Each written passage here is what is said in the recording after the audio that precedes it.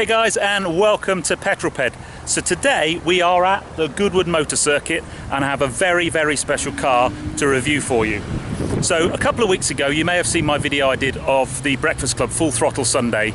Well anyway, in that video, in the background was a car, that car, and the owner of that car sent me a message and said, oh, my car was in your video, and I went back and said, well, would you like me to do a whole video of the car because it looks amazing? And here we are a few weeks later and we're going to do a full review of this 2015 BMW M5. So let's take a look, shall we? I just love these cars from the front, and one of the things I did when I was doing my research for this car, I mean, it's got gaping great big radiator holes at the front. There are 10 radiators behind that lot just to keep this thing cool when it's trucking along. But very cool. It's such an understated car. You know, it's obviously, you know, it's an M5. It's got those kind of M5 family characteristics, but it is quite understated. It doesn't have big shouty aerofoils or spoilers. It just says, yeah, I'm cool, but I am massively fast and I'm gonna have you. Now this car has a few subtle mods that Glenn's done, and I just think he's done a super job. So we've got this fantastic carbon diffuser on the back, different tail light clusters. There's no kind of modifications from an engine point of view, but when you've got that much horsepower, you know, 560 horsepower, do you really need to do that? But I just think that looks really lovely. And then the other thing he's done, if we walk around, is kind of de-chromed the car. Absolutely stunning alloys, just gigantic brake discs, man. They are just huge. The rear ones are probably as big as my Mini's wheels. The front ones are even bigger. So inside this car is very highly spec'd indeed. I was just talking to Glenn, the owner, and the thing I love about it is it's just so understated. So it's dark leather, and then you spin round to the dash. Lovely kind of touches like the M colouring on the stitching on the steering wheel. Let's take a look at some of the tech in here. So very highly spec'd in here. I've got this lovely steering wheel. All of my controls, a lot of the controls on here anyway. I'm loving the sort of paddle shift. So this car's got a 7-speed dual clutch box. These are two very special buttons here, M1 and M2. We might play with these a bit later, but what I can do here is basically have two setups in this car of how I want the dampers, the throttle, the exhaust, all of the steering response, and I have two different settings, and rather than going in and changing each thing individually, I can just pre-program it to M1 and M2 and push, and off we go. So we've basically got quite a lot of control of the car. In fact, you could almost argue too much control. I've got a number of buttons here. So I've got 3 different settings for the gearbox speed. I've got 3 different settings for the steering response, 3 different settings for the dampers, and then I've also got a range of settings for the throttle response. And then this button here, you press that and you die very rapidly because that turns everything off. So maybe not a good idea doing a review at Goodwood when there's a track day on. One of the great things about this car though is just that it has a gargantuan boot, and quite unusual for cars of this type. That normally the sort of seats are part of the sort of torsional rigidity of the car. But if I just clip this thing here, I can actually drop down those back seats on both sides, which just makes this massively usable. I do quite like this though. Mind your head, and if you pan back you realise why. You could properly sink that into the back of your head if you weren't looking, couldn't you? So this is where the magic happens. So what we basically got here is a 4.4 litre V8 with a twin scroll turbos. We are looking at a power output of 560 bhp. So this kind of massively the fastest and most powerful car I will have driven so far on Petrol. About 500 pounds-feet of torque. 0 to 60 figures, I think BMW quote 4.4, but if you look at a lot of the reviews, this is a sub 4 second car to 60, and it'll dispatch 100 miles an hour in 9 seconds. But the very cool thing is this car has been de-restricted, so no longer is it restricted to 155 miles an hour. This thing will sail on way past 200 miles an hour, although obviously we won't do that today. So the only thing for it really is to take this baby out on the road and see what she can do.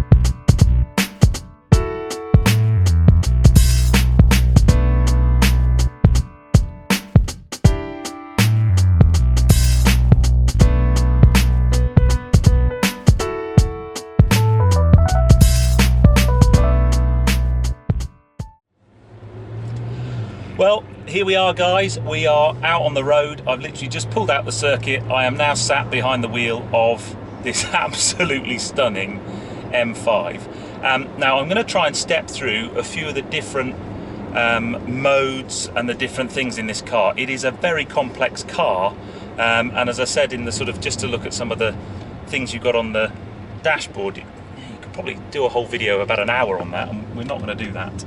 So I'm just in the basic comfort setting. I just want to get used to the car. I mean, the first thing to say is, in this mode, it kind of doesn't feel like it's all that quick. It's just very easy to drive. The suspension's nice and compliant.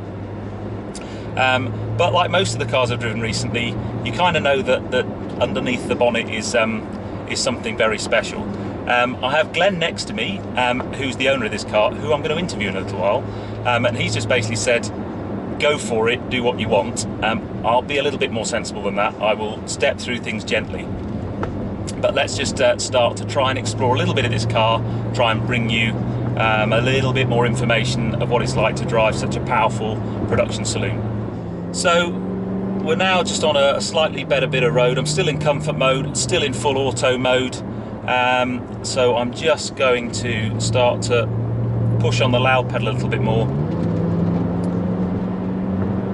and straight away that you can just feel the power. It's very smooth to come in. It makes a lovely noise, it's got to be said. I'm going to try really hard not to get mega excited like I did with a couple of videos recently, and be a bit more objective. But the first thing, if you're this, it's a big heavy car. It weighs over 1900 kilos, but it kind of doesn't feel that way. The steering's very nice and light. In this particular suspension mode, it's nice and compliant, and feels great. So let's start sort of stepping through things. So it's quite interesting, this car. It doesn't have kind of, if you like, a traditional sport mode. Well, it does, and we'll get to that. But I've got all of these buttons that we talked about next to the gear control. And what I can do is just, if I push each one of them once, which I'm going to do now, so I'm going to sharpen up the gear response.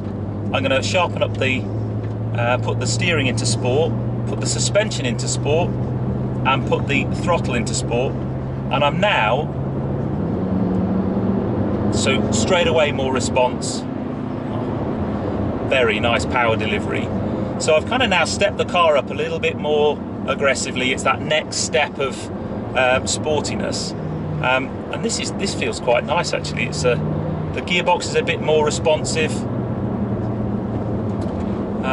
And it kind of, in a way, it's a little bit like doing a sort of normal sport mode in a car, a bit like the sport mode in my S4. Okay, so logical step is to now push every button again. So I'm going to basically put my gear response into number 3, like that. I'm going to put the steering in Sport Plus, dampers in Sport Plus. Straight away you can feel those firming up. And the throttle response in Sport Plus, and that is quite dramatic. That's quite a dramatic difference. You go from kind of normal driving pace up to very rapid. It's so smooth.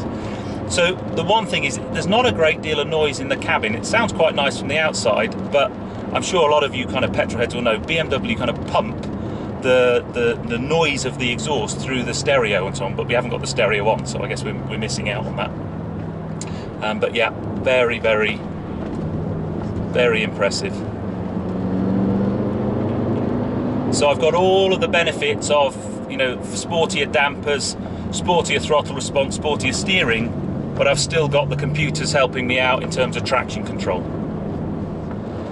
So the next thing we're going to do is just go into the manual gear change. So I've got a couple of ways I can do this. I can select the gear change, or I can just grab a paddle. So if I just grab a paddle, drop it down one, I've now got a gear selector indicator, and I've now got, those gear changes are so sweet. What I do need to experience is putting the gear change into full Sport Plus mode. So I'm just going to push that little button. I'm in manual gear change. Oh, goodness me, that is so quick. This thing properly trucks along. You could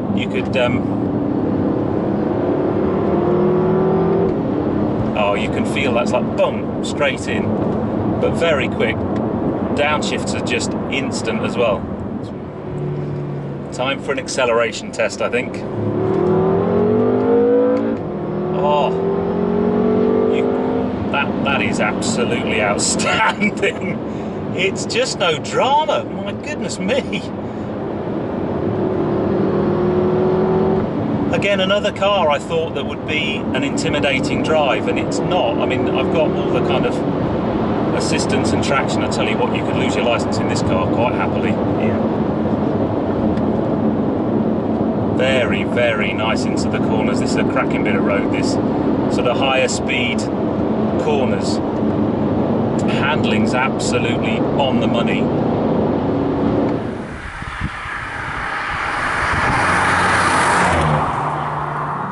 Well, so this is Glenn. Hi.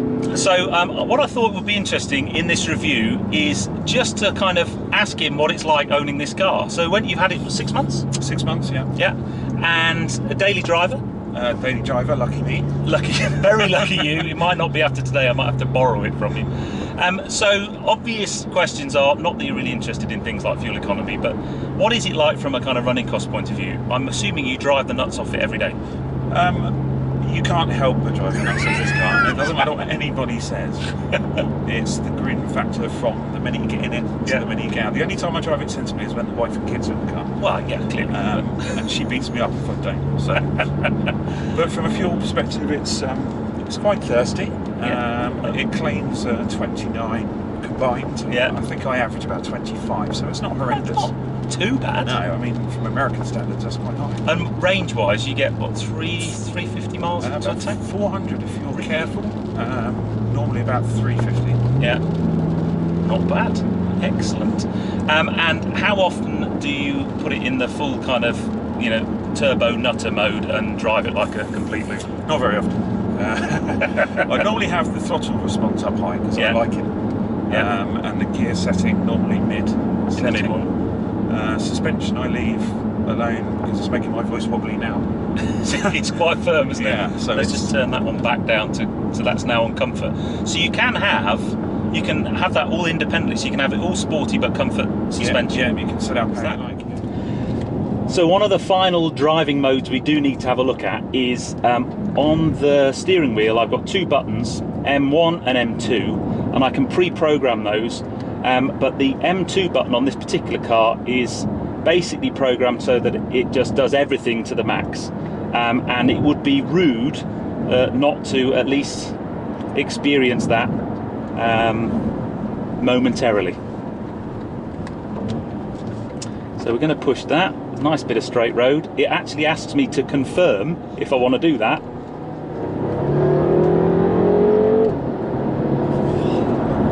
And what you might not be able to see is there's a rev counter now showing in my head-up display, which I'm going to try and have to get a picture of that because that looks absolutely brilliant.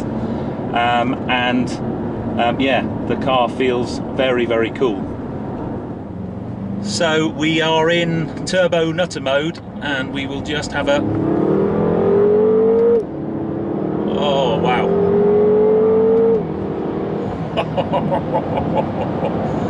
Oh, yeah.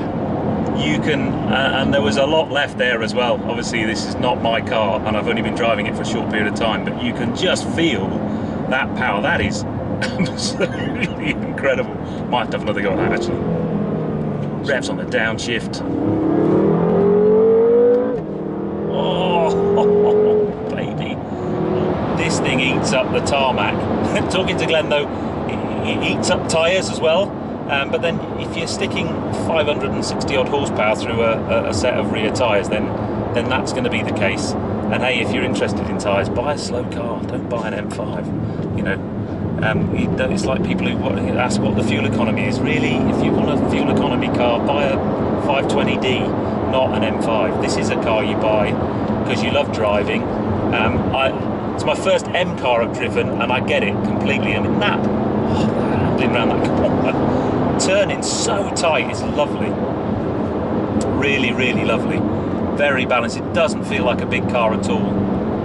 It's just got a lovely poise to it. There's a cracking set of bends, this. And it's just so light in the hand. Great turn in. baby.